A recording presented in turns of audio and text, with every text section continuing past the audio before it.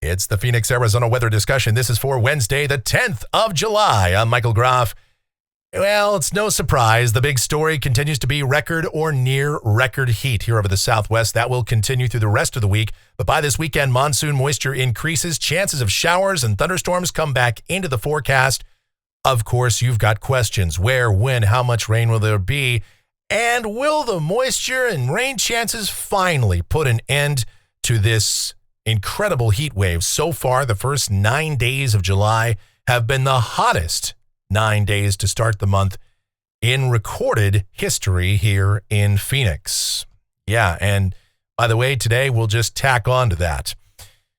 All right, let's get into it. Looking at the almanac from yesterday, 116 degrees. We did it! Another record-tying afternoon high. 91 the morning low. That just missed a record warm low temperature by 2 degrees. 107 and 84 the averages for this time of year. Outside now just after 10 o'clock, mostly sunny.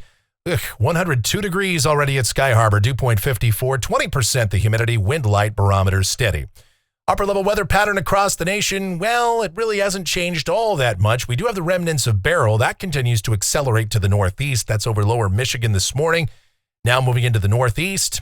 And with that trough and associated remnant low, we do have the risk of severe storms there. For us, though, this high pressure, it is just stubborn. It is very, very slowly moving to the east-northeast, sauntering, just meandering as it does. But ultimately, it will take a position to the north and northeast of us, and the flow aloft will eventually shift out of the east and southeast. Yesterday, we had a little bit of a surprise. A bit of moisture in the flow from the northwest did give us a few showers and storms just to the north of Phoenix, and they tried to get in here but fell apart doing so. There were some gusty winds and blowing dust. Yes, there was a little bit of rain east of the valley out there toward Gold Canyon and up to the northeast of us as well and over parts of Gila County, but there may be a stray storm again this afternoon that is up there just to the northeast of Phoenix. We could see that again, but pretty unlikely with the ridge sitting just essentially right on top of us. Okay, the watch warning map, a tornado watch over parts of upstate New York, Vermont. Yes, we could even see a few tornadoes over parts of New Hampshire or western Massachusetts today. Places that don't normally see that with that remnant circulation and that vigorous trough there. We have flood watches up in that area as well. Now, of course, there's that heat advisory for the Houston area. Not what you want to see, with still many people without power after Beryl came on through, and that left a swath of power outages and damage, not just in the Houston area, but all the way through East Texas, parts of Arkansas, Louisiana. Even further to the north and east, there was some reports of damage through Indiana and Michigan.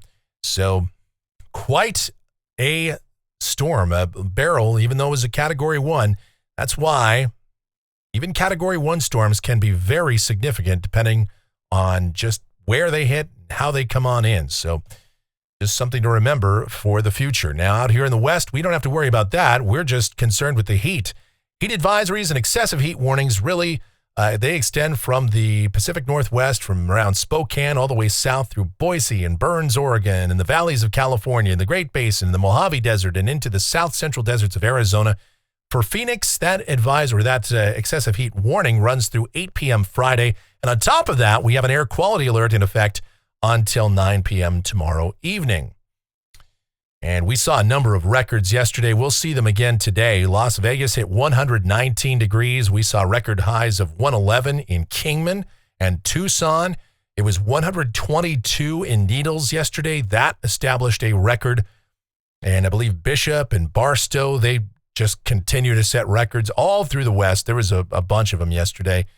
I didn't even prepare a graphic. There were so many, but you get the idea. Record heat will continue. Convective outlook for today, obviously, with the remnants of Beryl. We do have an enhanced risk over parts of upstate New York, Rochester, Syracuse, and the broader severe weather risk over much of New England.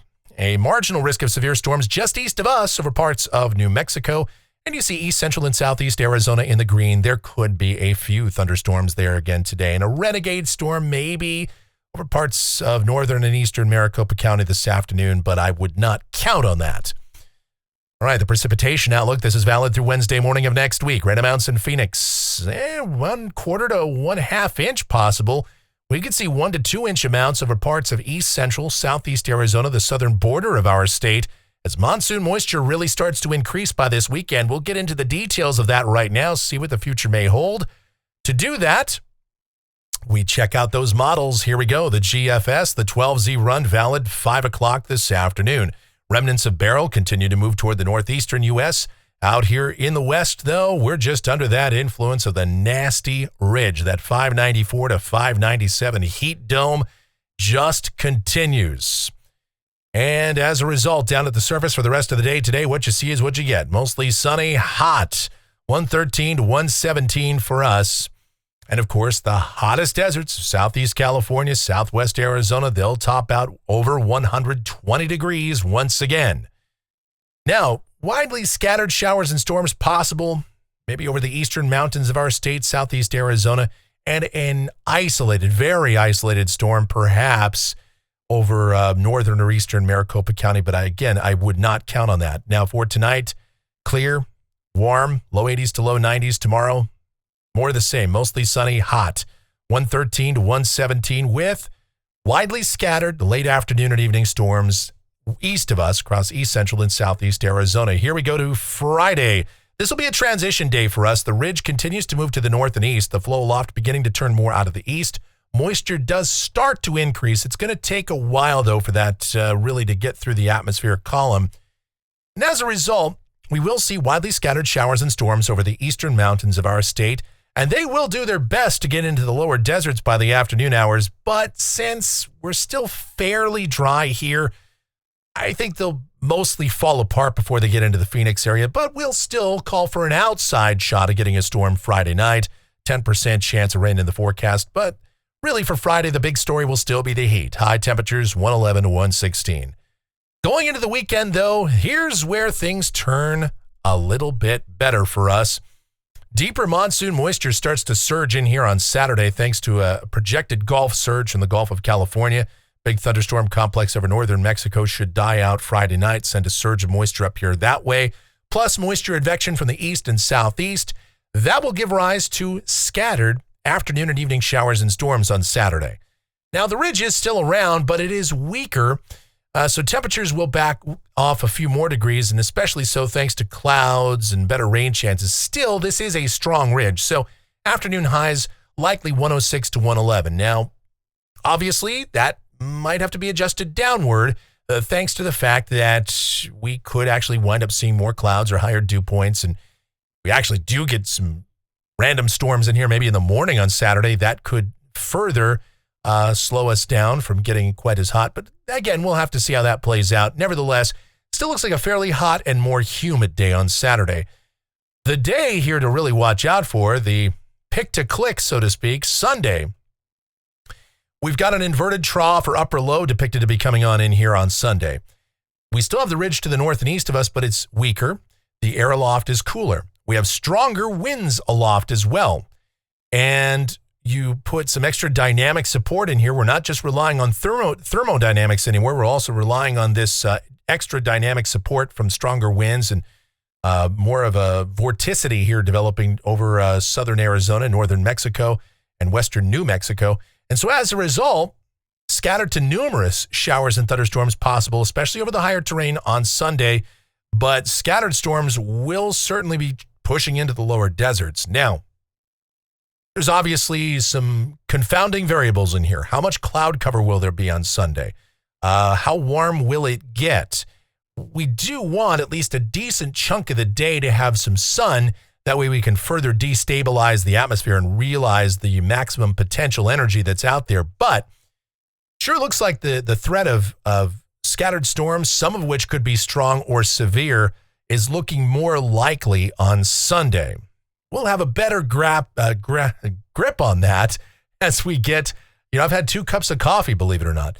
We'll have a better grip on that as we get close to Sunday, and we'll keep you apprised of that situation. But nonetheless, chances of storms do look to be their best here for us on Sunday. Now, if Sunday turns out to be an active day, Monday may be less so. However, The caveat is we still have this upper low that's going to linger around, so there is extra dynamic support. The usual rule here for the monsoon is, at least in the deserts, if one day is very active, the next day is usually less so because the atmosphere is kind of overturned and it's going to take some time for it to recover. But if you have that extra dynamic support in place, we could at least still have a chance of showers and storms on Monday.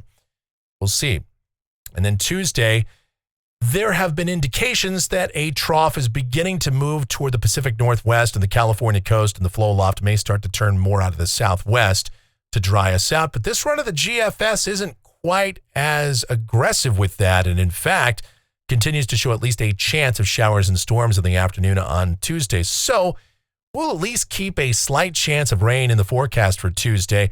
Temperatures during this time are, as I mentioned, are going to continue to back down, probably closer to 102 to 107. We might warm it up a degree or two on Tuesday, but yeah, we might be out of the 110s for a few days. That would be nice. Here's a week from today, Wednesday the 17th. And you see the GFS not really in a hurry to bring in a trough into the Pacific Northwest. In fact, it's got a ridge over the four corners. And if that's right, well, that would still be a pretty classic monsoon setup for widely scattered late afternoon and evening showers and storms. Yeah, it would still be warm and humid, but you see that ridge is not some 597 or 600 decameter monster. It's just our typical subtropical summertime ridge. So temperatures would be fairly close to seasonal averages, which is still not pleasant by any means, but we're not looking at any 117s or 118s. Instead, highs 105 to 107, 108, something like that, if that verifies. Going out 10 days, this is Friday the 19th. And now the GFS brings that trough into the Pacific Northwest, but even at that, it's a bit shallower than we've seen previously. The ridge is still sitting over West Texas, and the flow aloft is now more southerly here, which is not optimal, but could still bring in some moisture, and the GFS at least indicates some sort of disturbance or upper low flowing around that into the southwest. That's possible, but it's 10 days out, and we're certainly not going to get hung up on any minor discrete feature like that this far in advance.